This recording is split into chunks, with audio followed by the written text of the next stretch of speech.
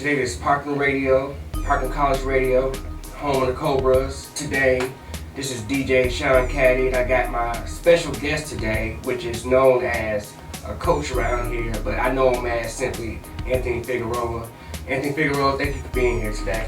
Thank you, Sean. I appreciate it. Now, I wanted to start an interview saying that this starts about your coach and all that, but I've known you for quite a while, going all the way back to middle school, and I've seen you play basketball, and let me tell you, I always admired watching you play out there. Oh, thank you. Thank you. In my mind, I always say, man, I wish I was out there on the court playing like him, because, you know, you had it going on. And, but the first thing I want to know is, who inspired you in the basketball? Where did this all begin? That's interesting. Normally the question is like, who are your coaching influences or something like that, but in terms of just inspiring me to play, man, I just, ever since I can remember, I just wanted to play. I can go as far back as when we were living at Bradley McKinley, and they had a court there, but the little kids couldn't play on the court, so you just had to kind of make up your own game. And that's what I did, and it's just always been in me. It's just always been a passion. Even when I wasn't good, when I was sitting the bench in middle school and just cheering for the other guys and being a goofball, it's just something that I always loved. From a player perspective, the first person I can remember loving to watch play was probably Magic Johnson. And to me, he could just do no wrong. Magic Johnson, that's interesting. Because one thing I see now how you got in common with Magic Johnson is that you like to smile out of school, you're always smiling, always joking. But when it came down to that court, it was all business. Yeah, I've never thought about it like that. I liked the way he played. I always felt like he played it the right way, that he was unselfish, but he was a leader, and there was no question about it. And he did whatever his team needed him to do to win games. If that meant he had to go score 40, then he did that. While at the same time still making sure that he has 10 to 12 assists and his 10 to 12 rebounds, when it called for. So that was my mindset. I just thought he was the epitome of a basketball player by his ability to do everything on the floor. Wow. Now, for someone that has his exact stats like that, that meant that you really paid attention. I'm a stat guy. I'm a facts guy. I like to argue. So when you like to argue, you gotta make sure you got your facts lined up. So yeah, I'm a person that I like to look at stats. I think there's some truth in numbers, and you can see some things just by reading stat sheets and knowing the history and facts of a player or the game itself. Now, I want to go to a time, let's fast forward. Well, we're still back in the past, but I want to take it back to 95. And that was the year, correct me if I'm wrong, was it 94, 95 was your hottest year? It was the 94, 95 year. Exactly. And the principal, the deans, everybody had a big party, big celebration, big type of acknowledgement for the Centennial Chargers. The gyms were packed. All we look forward to see, there's Anthony Figueroa, there's Sonny Walker, and there's everybody else, but you was one of the main players out there that everybody paid attention to.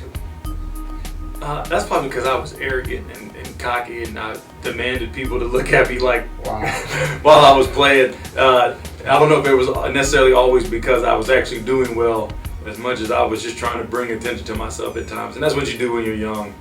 But no, we have really good players. You mentioned Sonny. We had Carvel Ammons, who was a year younger than us, Luke Sahi, Brandon Kaufman. Those guys, they could all play. We had multiple Division I guys. We had Division I guys just sitting on the bench, not even playing. So the team was very good. We were very close. I think everybody understood their role. There was no animosity towards the guys that were playing as versus the guys who weren't. I think they understood the situation, in that there were some guys in front of them that were better. But in practice every day they competed, and I think Coach Carolina did a great job of getting everybody to understand that your role is your role, and everybody helps.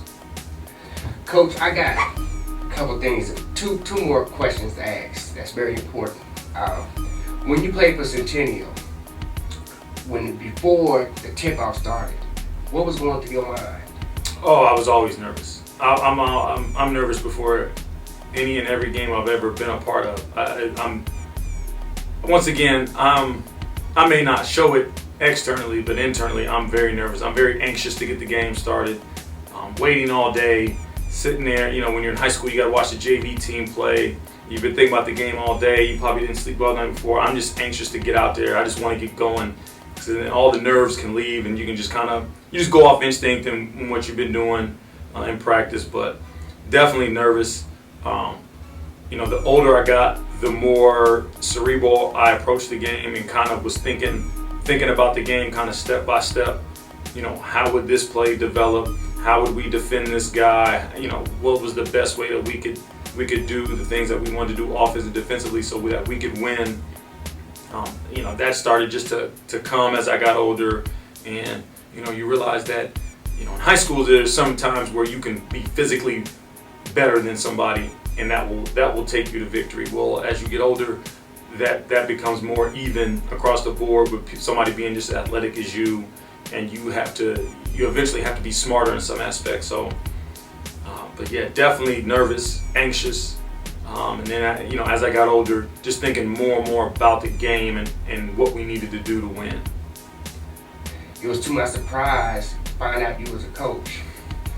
And the first thing came to my mind, I said, this is bigger than the NBA, because you had the mindset and the inspiration and the ability to inspire young basketball players.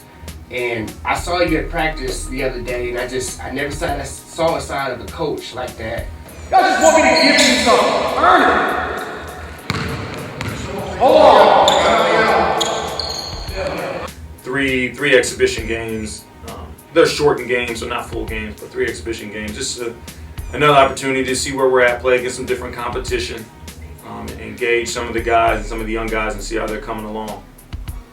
The last question I got to ask pertaining to them is, before that tip-off, before the basketball team, the Cobras get ready to go, what's going through your mind?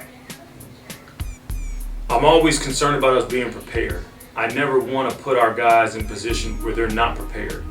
And so I tend to constantly go over in my head, did we go over X? Did we go over Y? Did we go over Z? Is there anything else that we haven't prepped for that maybe last minute we can, whether that be via film, via, me just drawing it up on the board, me talking about it, just constantly thinking about making sure that they're prepared as much as we can get them prepared. I just never want one of our guys to step on the floor, something to happen, and then their reason be we weren't prepared for that, because that falls solely on me.